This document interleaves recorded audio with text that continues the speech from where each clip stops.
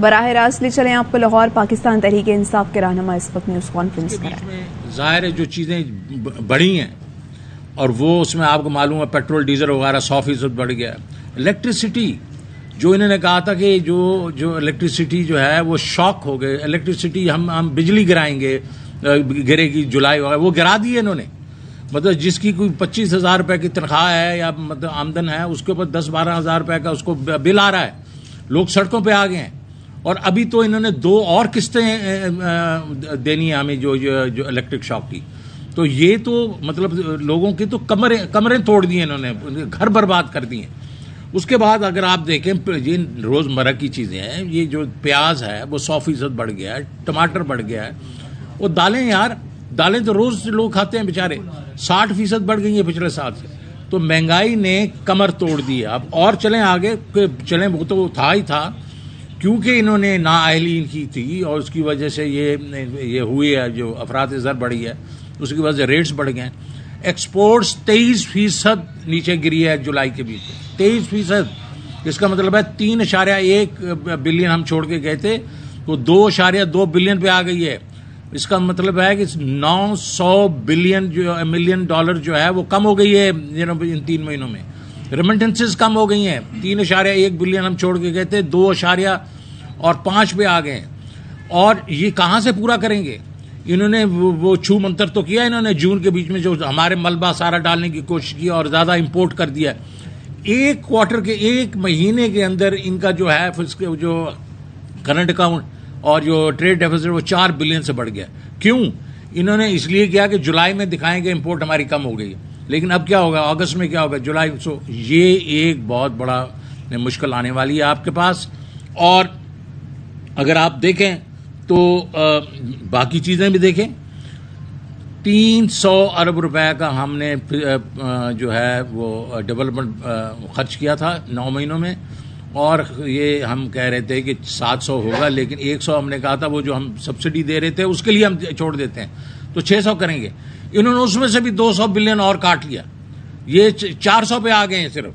इनका जो सब्सिडी हम 575 बिलियन हम कर रहे थे, इन्होंने उसका बाद 1 क्वार्टर में 954 बिलियन की सब्सिडी दी है। और बजट डेफिसिट जो मैं छोड़ के गया था 2.6 ट्रिलियन, इन्होंने 3 महीनों में 2.7 ट्रिलियन और इन्होंने बजट डेफिसिट किया है। ये हमें कहते हैं कि ये बारूदी सुरंगें छोड़ के गए, इन्होंने क्या किया? इसी तरीके से प्राइमरी डेफिसिट की बड़ी बातें करते हैं। IMF कहता है कि ये प्राइमरी डेफिसिट इन्होंने कर दिया 447 अरब हम 9 महीने में कर गए। ये 1 क्वार्टर में इन्होंने 1.6 ट्रिलियन किया है। कौन पूछने वाला है? आज क्यों नहीं IMF इनसे पूछता? हमारे वक्त में तो सिर्फ 2-4 बिलियन इधर उधर तो वो पूछते थे, इनसे क्यों नहीं पूछता? इसलिए कि उनके पीछे कोई माई बाप बैठे हुए हैं जो उधर वाशिंगटन में बैठे हैं, इस वजह से नहीं पूछ रहे वो। और बोरिंग जो है वो तो दुगनी से ज्यादा हो गई हैं। तो 5 मिनी बजट्स आ गए हैं, क्योंकि एक कल आ गया और एक और आने वाला है, क्योंकि ये कह रहे हैं कि इन्फ्लेशन जो होगी वो 11.5% होगी, और इनका अपना स्टेट बैंक कल कह रहा है कि 20% से ज्यादा होगी। इसका मतलब है कि जो आपकी जो डेट सर्विसिंग है जो 3.9 ट्रिलियन कह रहे हैं, ये कम से कम 5.5 से 6 ट्रिलियन पे होगी। तो ये एक बहुत बड़ा जो है एक मिनी बजट और आने वाला है। तो अब बातें करते थे बहुत देर से, बड़े इनके सारे के सारे लोग करते थे कि जी डेट छोड़ के चले गए, हमारे पर पहाड़ छोड़ के चले गए। हमारा 4 साल के बीच में जो हमने डेट जो किया था वो 18.4 ट्रिलियन। ये तो अभी आप इनके अपने नंबर्स हैं, ये 20 की बात करते हैं, 18.4। 3 महीनों में इन्होंने 9.7 किया, 3 महीनों में 10 ट्रिलियन के करीब किया इन्होंने। इसी लिहाज से ये अगर गए तो पूरे साल के बीच में ये 20 ट्रिलियन जो है कम से कम करेंगे। तो ये तो इनकी कहानी है। अब डिफॉल्ट कि जी हमने डिफॉल्ट बचा दिया, क्या डिफॉल्ट बचा दिया? एक बात होती है क्रेडिट डिफॉल्ट स्वैप। दुनिया कहती है डिफॉल्ट कितना, क्या चांसेस हैं। मार्च में 4% थे, जुलाई में 50%, अभी भी 28%। तो हमने तो डिफॉल्ट नहीं करवाया भाई, डिफॉल्ट तो आप करवा रहे थे। मूडीज, S&P, फिच सारों ने आपको डाउनग्रेड कर दिया।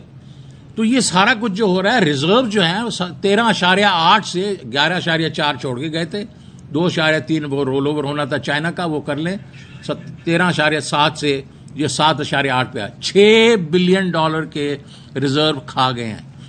मैं चाहूंगा कि इस वक्त आप अगर इलेक्ट्रिसिटी पे और जो इनकी लोड शेडिंग है उसके ऊपर अगर आप कुछ तबसरा कर सकें। देखिए, जिस तरह मईशत के अंदर शौकत सिंह साहब ने बताया, तमाम इशारिये जो हैं वो डाउनग्रेड हुए हैं और एक तबाही का आलम है इनकी इनकॉम्पिटेंस की वजह से। तो हमारी तवानाई का शोबा भी इनकी नालायकी और नकम्मेपन से महफूज नहीं रहा। पहले तो आप पेट्रोल और डीजल की कीमतें देख लें, 30 से 40% आलमी मंडी में कीमतें नीचे आ गई और 1.5 माह से ऊपर हो गया नीचे आए। पाकिस्तान में कीमतें ऊपर जा रही हैं। क्यों? क्योंकि जून के महीने में जितना तेल चाहिए था उससे तकरीबन 70% ज्यादा इंपोर्ट कर लिया महंगे दामों पे। अब रिफाइनरियां लेटर लिख रही हैं, अटक रिफाइनरी लेटर लिख रही है कि हमारे पास इतना तेल हो गया महंगे दामों लिया हुआ कि हम बंद होने को फिर रहे हैं। तो इसलिए क्योंकि महंगे दामों ज्यादा तेल लिया और जरूरत से ज्यादा लिया, तो अब आपका अब जब कीमतें नीचे चली गई हैं तो आपकी इन्वेंट्री फुल पड़ी हुई है महंगे दामों के ऊपर। दूसरी इन्होंने जो हरकत की कि ये जो तेल जब आ रहा था महंगे दामों, तो 248 रुपए पे एलसीआर रिटायर की नेशनल बैंक ऑफ पाकिस्तान ने, यानी जो कर मार्केट रेट था एक्सचेंज रेट उससे भी 8 रुपए ज्यादा। तो जाहिर है कि आलमी मंडी में कीमतें जितनी भी नीचे चली जाएं, जब आप इतनी नाअहली दिखाएंगे तो कीमतें तो ऊपर जाएंगी। फिर आप बिजली में देख लें, पिछले साल, अब ये जुलाई का महीना पीक सीजन होता है, यहां पे सबसे ज्यादा लोड होता है आपका बिजली का। पाकिस्तान तहरीक इंसाफ के दौर से इस साल, पिछले साल के मुकाबले में इस साल जुलाई में 10% बिजली की कम पैदावार की इन्होंने पीक सीजन के अंदर। हालांकि इस साल बिजली पैदा करने की सलाहियत ज्यादा है। एक 1200 मेगावाट का न्यूक्लियर प्लांट हम अप्रैल के अंदर कमीशन करके गए थे, वो भी चल रहा है। अगर वो ना चल रहा होता तो 20% कम थी बिजली। तो 10% बिजली की पैदावार भी इन्होंने कम की। अपने दौर में 2013 से 18 में वो जो महंगे तरीन कॉन्ट्रैक्ट्स करके गए थे, वो प्लांट आज बंद पड़े हैं इंपोर्टेड कोल और इंपोर्टेड एलएनजी के, क्योंकि अगर वो चलाएं तो बड़ी महंगी बिजली बनती है। उनके कई 100 अरब रुपए सालाना बंद प्लांट्स के पैसे दिए जा रहे हैं। जो कम कैपेसिटी पे प्लांट्स चल रहे हैं उसका किराया दिया जा रहा है बिजली घरों का। और ये नालायकी, गलत प्लानिंग, गलत मनसूबाबंदी, नकम्मापन, इसका कौन आज खमियाजा भुगत रहा है? आम आवाम खमियाजा इसका भुगत रही है। महंगाई अरूज पे जा रही है, माशी तरक्की की रफ्तार नीचे जा रही है, कॉन्ट्रैक्शन की बातें हो रही हैं। हमारे दौर में सीपीआई, दो तरह से आप महंगाई मेजर करते हैं, एक सेंसिटिव प्राइस इंडेक्स और एक कोर प्राइस इंडेक्स जो होती है। सेंसिटिव प्राइस इंडेक्स 17% से 42% पे चली गई है, और जो कंज्यूमर प्राइस इंडेक्स है, सीपीआई कंज्यूमर प्राइस इंडेक्स, वो 12% से 24.5% पे कड़ी है इनके अपने आदादोशुमार के मुताबिक। और ये जनाब निकले थे महंगाई मार्च करने। अब जरा बिजली के बिलों पे देख लेते हैं। अगले महीने जो बिल आना है उसमें 10 रुपए फ्यूल कॉस्ट एडजस्टमेंट लग के आनी है आप सबको, 1 यूनिट के पीछे इजाफी। और ये कहते थे हम 12 रुपए का, मिफ्ता साहब कहते थे हम 12 रुपए का यूनिट करेंगे, बिजली के सारे मसले हल हो जाएंगे। इस वक्त कराची में 50 रुपया फी यूनिट बिजली चली गई है टैक्सेस मिला के, और बाकी जो कौम है वो खुद बाहर निकल रही है। आपके सामने है कि इस वक्त बिजली का जो हिसाब है, बिजली है ही नहीं, आती नहीं है, और जब आती है तो महंगी तरीन है। मेरा ख्याल है इससे बड़ी नाकामी कोई नहीं हो सकती माशी फ्रंट के ऊपर। जहां पे हम सियासत में बात कर रहे हैं शहरी हकूक के जब्त होने की और इंसानी हकूक के और आज़ादी राय की, हमें ये नहीं भूलना चाहिए किसी भी वक्त के जो इस मुल्क का माशी कत्ल किया गया है पिछले 4 माह के अंदर, उसका भी इन्होंने हिसाब देना। मैं जमशेद इकबाल चीमा साहब से गुजारिश करूंगा कि वो जरा ज़राअत की बात करें। बिस्मिल्लाहिर्रहमानिर्रहीम। इस वक्त सबसे बड़ा इशू जो हमें शायद तो हमें अंदाज़ा नहीं, लेकिन ज़राअत के साथ सैलाब का हुआ है। सैलाब इस वक्त सिंध में, हमारी काटन जो है बड़ी अच्छी फसल होती है, सिंध में तकरीबन 90% काटन ख़राब हो गई है। सिंध में 90% काटन तबाह हो गई है। वजह उसकी ये बनी कि 1987 में हमें वर्ल्ड बैंक ने एक कर्जा दिया, तो लेफ्ट बैंक ड्रेन हमने बनाई जो खैरपुर से शुरू होती है और समुद्र में पानी सारे सिंध का लेके जाती है। उस ड्रेन को माशाल्लाह हमने आबाद कर लिया। उसमें ज़मीनों पे कब्जे कर लिए। कोई 2 एकड़ चौड़ी ड्रेन है, काफ़ी गहरी है, वो ज़मीनों पे कब्जे कर लिए, लिहाजा उसको बंद कर दिया गया, आबाद कर दी गई। सिंध का जब भी बारिश आती है, पिछली इस बार 4 तकरीबन जब से पीपल्स पार्टी गवर्नमेंट आई है 4 बार ऐसा हो चुका है कि सिंध में लेफ्ट बैंक ड्रेन बार बार बंद होने की वजह से, उसकी कटाई ना होने की वजह से, जिस तरह अर्बन फ्लड आता है, कराची में एक नाले साफ नहीं होते, ये मेन नाला था जो पूरे सिंध को जो बचाता था, समुंदर तक पानी लेके जाता था, बदीन तक, वो जब बंद हुआ है तो सारे का सारा सिंध में इस वक्त तकरीबन यू कैन से 4 लाख एकड़ की राइस और 13 लाख एकड़ काटन ये तबाह हो गई है। और तकरीबन इस वक्त तकरीबन 15 लाख लोग बेघर हुए वहाँ पे। इस वक्त 4-4 फुट 3-3 फुट पानी आम सिंध में खड़ा है। सो कहने का मतलब यह है कि अगर इस साल की हम बात करें, दालों की बात हो रही थी, दालें काश्त नहीं हो सकी, वजह ज़मीनें दोबारा पानी निकल नहीं रहा, दालें काश्त नहीं। इस साल दालें पाकिस्तान में फर्दर महंगी होने का इम्कान है। ये जो टमाटर की बात हो रही है या इसकी प्याज की बात हो रही है, वो भी ये कि आजकल तकरीबन ये अगस्त में काश्त होती थी, आजकल प्याज आ जाता था, वो काश्त नहीं हुई, आगे जाकर फर्दर इसका डेफिसिट आ जाएगा। सो जितनी भी रबी की आगे क्रॉप्स थी वो काश्त नहीं हो पा रही, और खरीफ थी वो खरीफ सारी तबाह हो गई। मैं समझता हूँ कि जो हमारे दौर में पिछले साल 6.4 बिलियन डॉलर की हमने एक्सपोर्ट की थी, ज़राअत की या फूड की हमने 6 और टारगेट था 4.8 बिलियन डॉलर के मुकाबले में हमने 6.4 बिलियन डॉलर एक्सपोर्ट की। और जो पहले हम इंपोर्ट ज़्यादा करते थे 10 बिलियन डॉलर से, वो हमने कम करके तकरीबन 8 बिलियन डॉलर पे इंपोर्ट की। हमने इंपोर्ट कम की, एक्सपोर्ट हमने ज़्यादा की, और हमने ज़राअत में बड़े सालों बाद 4.4% ग्रोथ की और आगे बढ़ रही थी। सो मैं समझता हूँ कि यहाँ इस वक्त 2 जगह पर आप सैलाब ज़्यादा देखते हैं कि आपको बलूचिस्तान में सैलाब ज़्यादा नज़र आता है, दूसरा आपको सैलाब नज़र आता है सिंध में ज़्यादा नज़र आता है, तीसरा आपको राजनपुर में नज़र आता है। उसकी बुनियादी वजह जो बनी, हमने तकरीबन यू कैन से एक बजट दिया तकरीबन यू कैन से 3,000 छोटे डैम का। बलूचिस्तान में 3,000 छोटे डैम का बजट दिया, वो प्रॉपर बने नहीं, वो सारे के सारे रुड़ गए, और उसके साथ ही बलूचिस्तान भी रुड़ गया।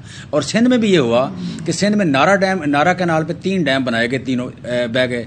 पीछे आप कह लें कि किंजर झील के पास 3 डैम बनाए गए, वो तीनों के बह गए। लिहाजा जितना डैमों पे पैसा था, पैसे खा गए, और उनकी वजह से सैलाब ज़्यादा बढ़ के पहले पानी इकट्ठा हुआ, वो आगे चला गया। सो काफ़ी ज़्यादा नुकसान हुआ है। लिहाजा हमें फूड शार्टेज का एक बड़ा सीरियस थ्रेट है। और फिर जो इसमें हुआ है खाद हम जो 8,000 रुपये की DAP की बोरी छोड़ के गए थे, इस वक्त है 15,000 रुपये की बोरी। जो हम छोड़ के गए थे 6,000 रुपये की पोटाश की बोरी, उस वक्त 16,000 रुपये की बोरी है। पोटाश और फास्फोरस के बगैर कंसेप्ट नहीं है कि पैदावार हो। दाना जो बनता है, ये फल जो बनता है, फास्फोरस से बनता है। उसकी 37% उसकी यूजेज कम हुआ है, खपत कम हुई है। अगर 37% यूजेज कम हुआ तो इस हिसाब से अगर यूजेज कम होता है या खपत कम होती है, तो अंदाज़ा ये है कि इससे पाकिस्तान में 5 मिलियन टन गंदम कम पैदा हो सकती है। 5 मिलियन टन मीन $3 बिलियन। सो काफ़ी ज़्यादा मैं समझता हूँ कि सप्लाई चेन में बहुत ज़्यादा खतरात हैं। इन्होंने ना सिर्फ ये कि बाकी चीज़ें तबाह की हैं, ज़राअत को भी तबाह कर दी। अच्छा जी, ये अपना मुजम्मिल साहब जरा। जी, बिस्मिल्लाहिर्रहमानिर्रहीम। मैं बड़ी मुख्तसर सी बात करूँगा। जो शौकत साहब ने, हमाद अज़हर साहब ने और जमशेद साहब ने बात की, पाकिस्तान इस वक्त जो है जिसे कहते हैं इकोनॉमिक कर्फ्यू या इकोनॉमिक लॉकडाउन की सिचुएशन में आ चुका हुआ है। मईशत पूरी बंद हो चुकी हुई है। उसकी मिसाल मैं आपको देता हूं कि जो गाड़ियों की सेल है जुलाई में वो 52% से गिरी। सीमेंट की सेल, जिसमें मतलब एक मजदूर, एक आम आदमी काम करता है, 48% से गिरी। पेट्रोल की सेल 26% से गिरी। और जो है बिजली की, जैसे हमाद साहब ने बताया कि 10% से बिजली की प्रोडक्शन गिरी। हालांकि इस वक्त डैम भरे में सारा, अगर ये डैम की बिजली ना बनती तो ये तो पता नहीं और भी नंबर ख़राब आ जाता। इसके अलावा जो ये हुकूमत है, इम्पोर्टेड हुकूमत, और मिफ्ता इस्माइल साहब ने पाकिस्तान के 75 साल तारीखी हर चीज़ का बदतरीन रिकॉर्ड अपने नाम कर लिया।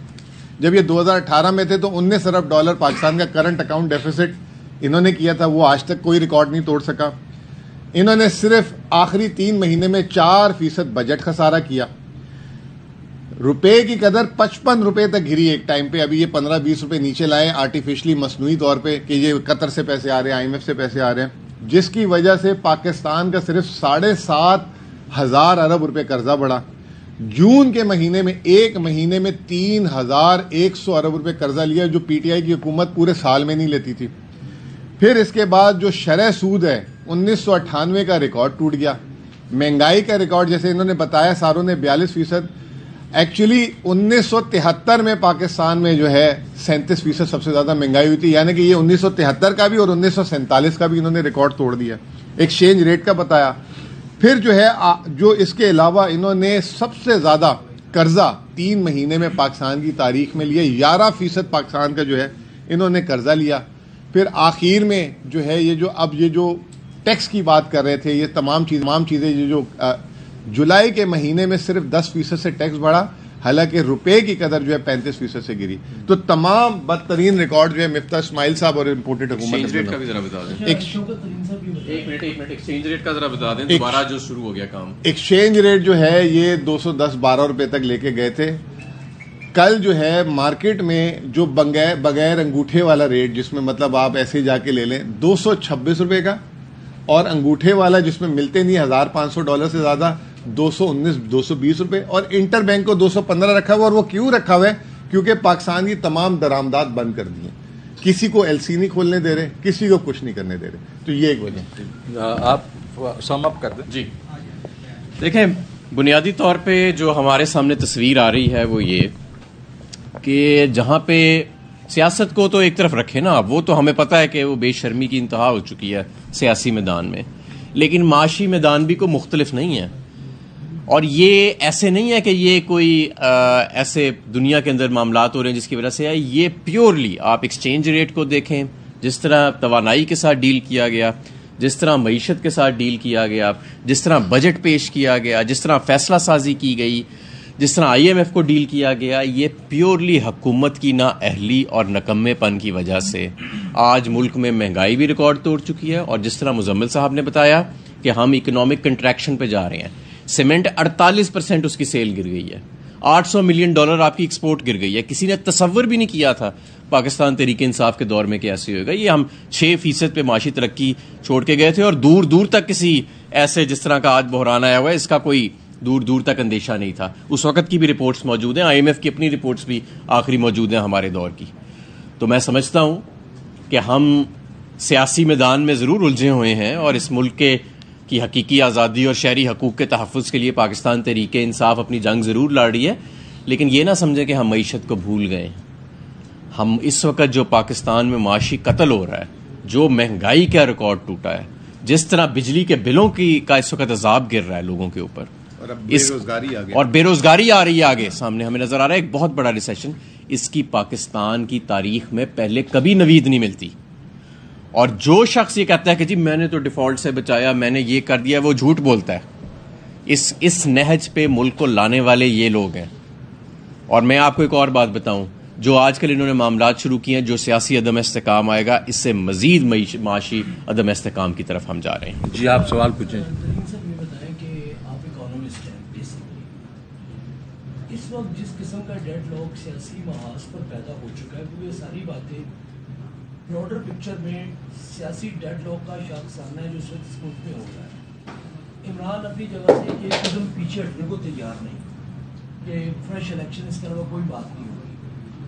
PDM की जो गवर्नमेंट है वो कह रही है हमने टाइम अपना पूरा करना, उनके जो भी सरपरस्त हैं वो कह रहे हैं टाइम हमने पूरा करवाना है। ऐसी सूरत में क्या इस वक्त PTI जो पॉपुलर तरीन पार्टी है, उसे इन इशूज़ पर जिसे आप एड्रेस कर रहे हैं, इस वक्त इलेक्शन छोड़ के इन इशू पर सड़कों पे आना नहीं चाहिए इस वक्त, क्योंकि बेसिकली अगर गरीब आदमी की इकोनॉमी ही ख़त्म हो गई तो कौन सी सियासत, कौन सी बातें, एक तो इस पर एड्रेस करें कि ये इसमें कोई रास्ता मौजूद है कोई कंसेंसस होने का, और दूसरा गवर्नमेंट के अंदर भी एक चल रहा है डिफरेंस। कुछ लोग कहते हैं कि मुफ्ता इस्माइल इकोनॉमी को गिरा रहा है, कुछ कह रहे हैं कि इसहाकडार विशेष ऐसी गाइडेंस दे रहे हैं जिसकी वजह से इकोनॉमी का ये हाल होता है।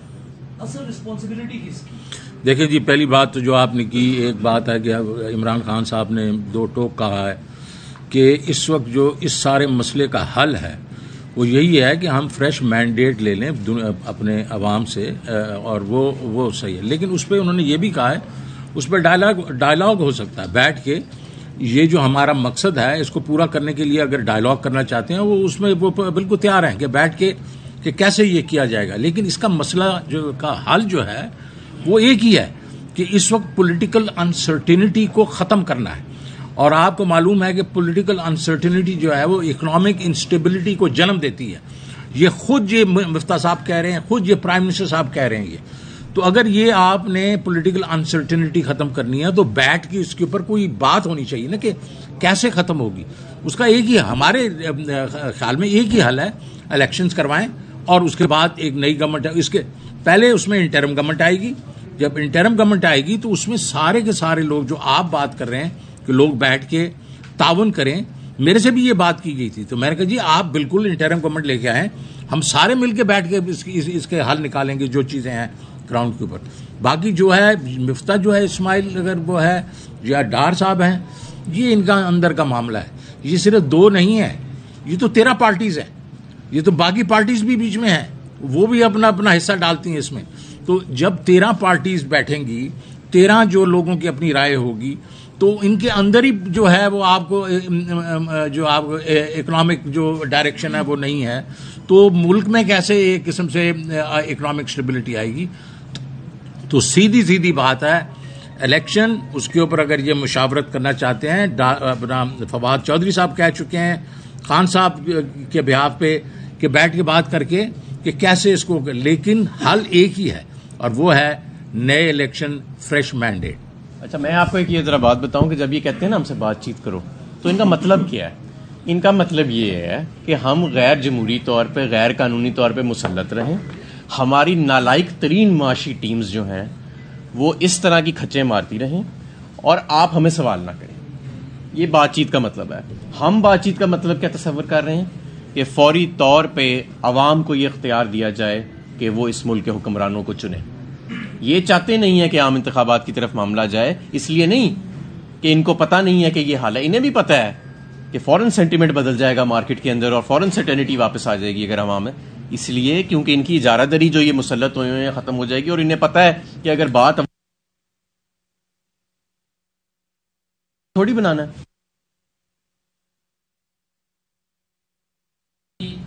सीजनल टेक्नोक्रेट्स में से हैं जो मुख्तलिफ अदवार जिन्होंने देखे हैं। पाकिस्तान का मसला इस वक्त सियासी और वैशी है, आप बेहतर समझते हैं। अगर आपके नातवा कंधों पर ये बोझ आता है बतौर निगरान वज़ीर आज़म, किसी इदारे की जानिब से नाम आता है, तो आप इसे कबूल करेंगे या इमरान खान से मंजूरी लेंगे? मैं तो पीटीआई का एक फुट सोल्जर हूँ, तो मैंने तो इमरान खान से बात करनी है। पहले तो मेरे ख्याल में वो अच्छा आइडिया नहीं होगा कि मुझे बना दिया जाए, क्योंकि मैं एक पीटीआई का रुकन हूँ और एक मजबूत रुकन हूँ, और बहुत लोग हैं जिनको लेकिन जो आपके सवाल का मैं जवाब देता हूँ कि मैं निगरान हुकूमत जो होगी उसको ज़रूर हेल्प करूँगा, उनके साथ बैठ के जो भी हमें करना पड़ा इस मुल्क को इस दलदल से निकालने के लिए हम अपना हिस्सा डालेंगे। लेकिन पहला कदम है कि आप एक जो है इंटरिम जो है गवर्नमेंट लाएं जो क्रेडिबल हो। हम तैयार हैं, मैंने पहले भी इदारों को कहा है कि हम बिल्कुल तैयार हैं और मैं बिल्कुल तैयार हूँ। अच्छा शौकत सलीम साहब, ये बताइएगा कि आप ये कह रहे हैं कि इंटरिम गवर्नमेंट बनाए, जब तक इलेक्शन रिफॉर्म्स नहीं होंगी, आप लोग एक जगह बैठ कर फैसला नहीं करेंगे, तब तक इन हालात में अगर इलेक्शन हो भी जाता है, क्या पीटीआई या नून लीग या कोई और जमात इन इलेक्शन के नतीजे मानेगी? देखिए जी, पहली बात तो जो है कि ये आए ही ऐसे थे, जो हमने इलेक्टोरल रिफॉर्म्स किए थे इन्होंने उसको रिवर्स कर दिया, पहली बात तो ये। लेकिन अभी भी हमारी पार्टी का मौक़िफ़ ये है कि हम बैठ के उन रिफॉर्म्स के बारे में बात कर सकते हैं और उनको उसके ऊपर हम एग्रीमेंट कर सकते हैं कि गोइंग फॉरवर्ड हमने किस तरीके से ये इलेक्शन करवाने हैं, वो हम कर सकते हैं। वो ऐसी बात नहीं है, वो तो कई दफ़ा हम लोग पार्टी में हम कह चुके हैं इस चीज़ को। और दूसरी चीज़ ये है कि जो मैंने जिस तरह कहा, क्रेडिबल इंटरिम गवर्नमेंट होनी चाहिए। क्रेडिबल का मतलब है कि सारी पार्टी जो हैं उस, और कई ऐसे लोग हैं पाकिस्तान के बीच में जिसके ऊपर सारी पार्टीज का एतमाद है, लेके आए, हम सारे मिलकर इसको सॉल्व कर लेंगे। साहब और साहब, आप दोनों से ही क्वेश्चन है, क्योंकि आप दोनों ने अभी ये बात की है कि इमरान साहब बातचीत करने के लिए भी तैयार है ताकि मुल्क को जो क्राइसिस है, हमने कहा है सिर्फ और सिर्फ आम इंतखाबात के इनेकाद पे बातचीत करने का तैयार, लोगों के पास लोगों से फ्रेश मैंडेट लेने के लिए तैयार। बिल्कुल, जरा वाज़ेह रहें। शहबाज शरीफ साहब बार बार ये बात कर रहे हैं मिसाक मईशत, तो अगर इस मिसाक मईशत के हवाले से कोई बात आपकी तरफ से कोई पॉजिटिव सिग्नल नहीं आ रहा? नहीं सर, मैं तो, आप उसको छोड़ें, मैं आपको जवाब देता हूं उसको। मैं पहला आदमी था 2010 में जब मैं निकला हुकूमत से और मैंने अंदर के हालात देखे तो मैंने कहा यहाँ चार्टर ऑफ इकॉनमी होना चाहिए। ये मैंने नारा, ये तो अब नारा लगा रहे हैं ना, मेरे लिए ये बहुत इंपॉर्टेंट चीज़ है।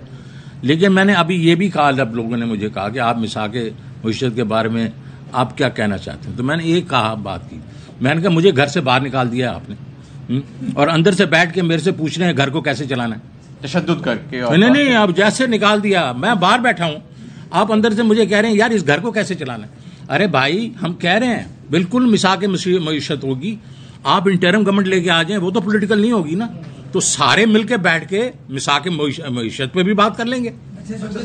बातचीत होती है आईनी कानूनी जमहूरी हुकूमत के साथ, मुसल्लत हुकूमत के साथ बैरूनी कुव्वत की साजिश से आए जो बदतरीन शहरी और इंसानी हकूक की, और आप सहाफ़ियों को जिस तरह वो ट्रीट कर रहे हैं, उनसे बातचीत नहीं होती, उनका एहतसाब होता है। नंबर 1 ये। नंबर 2 ये कि आप इस वक्त जो मर्जी कर लें, जिस नहज पे मुल्क खड़ा है, जब तक आप आम इंतखाबात करा के सियासी इस्तेकाम इस मुल्क में नहीं लाएंगे, माशी इस्तेकाम में निगरान हुकूमत के लिए आप कोई नाम तजवीज़ कर दें ताकि सामने आ जाए कोई नाम। हमें तो आप नजर आते हैं, आपको वो नजर आता है?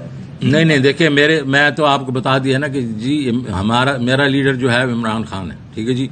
जब ये मुशावरत होगी कि निगरान जो है वो प्राइम मिनिस्टर कौन होगा, तो वो खान साहब से मुशावरत करेंगे और वो नाम दे देंगे। हम खान साहब को नाम देंगे और वो आगे नाम दे देंगे। इस वक्त उसको पब्लिकली हमने ऐसे डिस्कस करना जो है प्रीमेच्योर है। वादे कर दूं कि ये जो इंस्टेबिलिटी की बात कर रहे हैं, इससे सरमायाकारी तो दूर की बात, जो बैरून मुल्क पाकिस्तानी जो पाकिस्तान में पैसा भेजते थे, $492 मिलियन नया पाकिस्तान सर्टिफिकेट रोशन डिजिटल में, वो भी जो है लोगों ने निकाल, तो उसकी बुनियादी वजह यही है कि उनसे जो मैंडेट छीना गया है ओवरसीज पाकिस्तानी से, वो भी अब पैसा निकाल रहे हैं, $500 मिलियन निकाल लिया। अच्छा सर, ये तो बता दीजिएगा कि इन हालात में, नाजुक हालात में, न्यूट्रल ने कोई राब्ता किया, कोई बैकडोर चैनल से या किसी और जराए से, या कोई ऑप्शन मौजूद है? नहीं, मेरे साथ, हमारे साथ तो नहीं गया, लेकिन अभी हम क्रश नहीं हुए, अभी हम पूरे क्रश नहीं हुए, पहले हमें क्रश करके फिर राब्ता करेंगे। ऐसी बात नहीं जी, अभी मेरे साथ तो एक दफा ही किया था, जो मैंने आपको भी बता दिया और पहले भी बता दिया, मेरे साथ तो किसी ने कुछ नहीं। तो आप क्या समझते हैं कि उनको इस हालात का इदराक नहीं है? बिल्कुल